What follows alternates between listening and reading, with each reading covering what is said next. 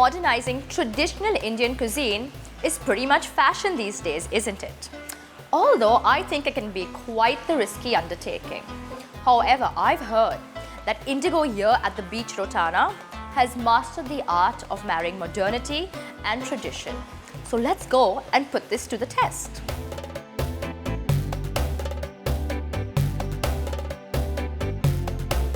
Pascal, I have to compliment you on this very romantic setting you've got going on over here. Yeah, thank you very much. It is romantic. It is fine dining. It is contemporary.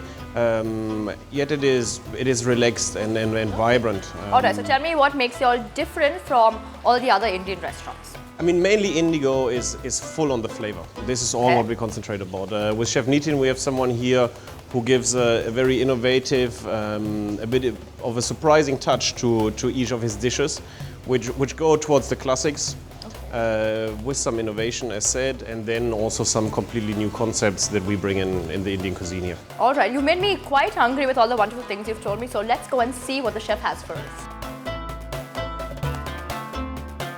So this is the very handsome chef de cuisine, Chef Nitin Raheja. Welcome to our show, Chef. Thank you, Nicole. Welcome to Indigo. Thank you, Chef. So tell me, what is this very colorful looking dish I have? That's a chicken 65. Okay. As you can see, it's a modern take on the chicken 65, how we do it with, it's a marinated piece of chicken, marinated with Kashmiri. Oh, thank you so much. You're welcome. It's marinated with Kashmiri chilies, flour, and then it's fried and then sauteed with yogurt, ginger, garlic, and... Okay. So that's the twist on it, the yogurt. Correct. All right. So I know that chicken 65 has many origin stories. What's the one that you follow? Well, as you said, there are a lot of stories behind chicken 65. My part was the best one that I know is when the time the British army was there in India, the soldiers, whenever they go to the restaurant, they were not able to pronounce the name as easily because of those longer names. So the item number 65 on the menu, that's how it gets the name. It's a chicken 65. That's a good way to remember it. And if you taste it, you will never forget it because you have the yogurt which makes it so much more moist. Like back home when you have chicken 65, it's crunchy and crispy, right? It's like a chicken bhajia. But this is much nicer in the fact that you have some moistness to it.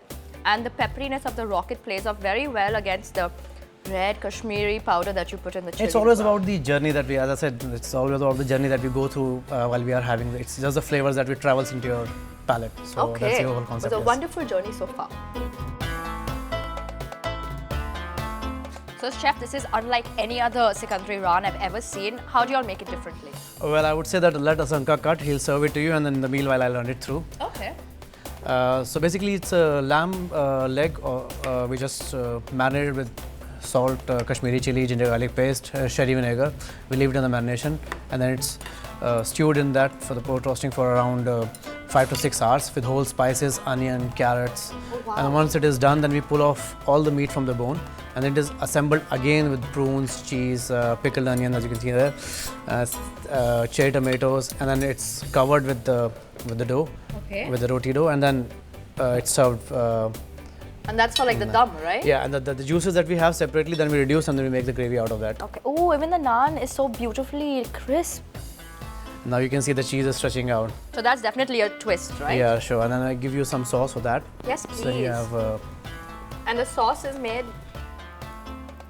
with the stock? It's the same stock that is used to cook the lamb. Okay. So it's further on reduced to make the gravy for that. Like a roast gravy you have in a... Oh, and the sauce just smells divine. It really does. Thank you so much.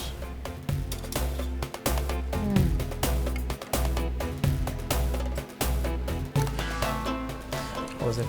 I took a big morsel because I'm greedy, and it was completely worth it. You can really taste all like the spices that you put in the start. Like the first thing that hit me was like a lovely scent of clove, and it's beautiful.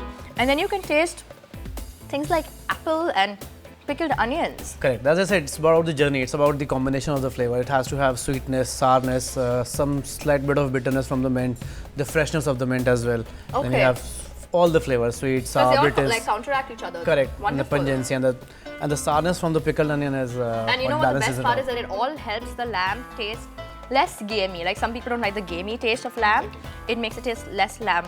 Not lamby, but less gamey. And then you keep on feeling the different flavors It is wonderful. on your palate. Wonderful.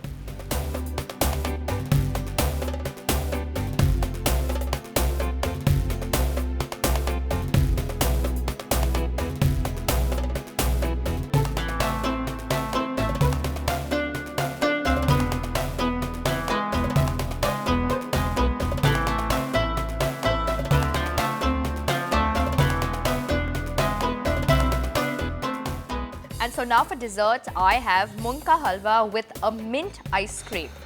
And I think that's just like another level of innovation here at Indigo. And you're supposed to have the mint ice cream with it to cut through the sweetness. That does work. And I think with this dish, plus all the other wonderful courses I've had today, it truly proves that the chefs at Indigo really are masters at revitalizing traditional Indian cuisine.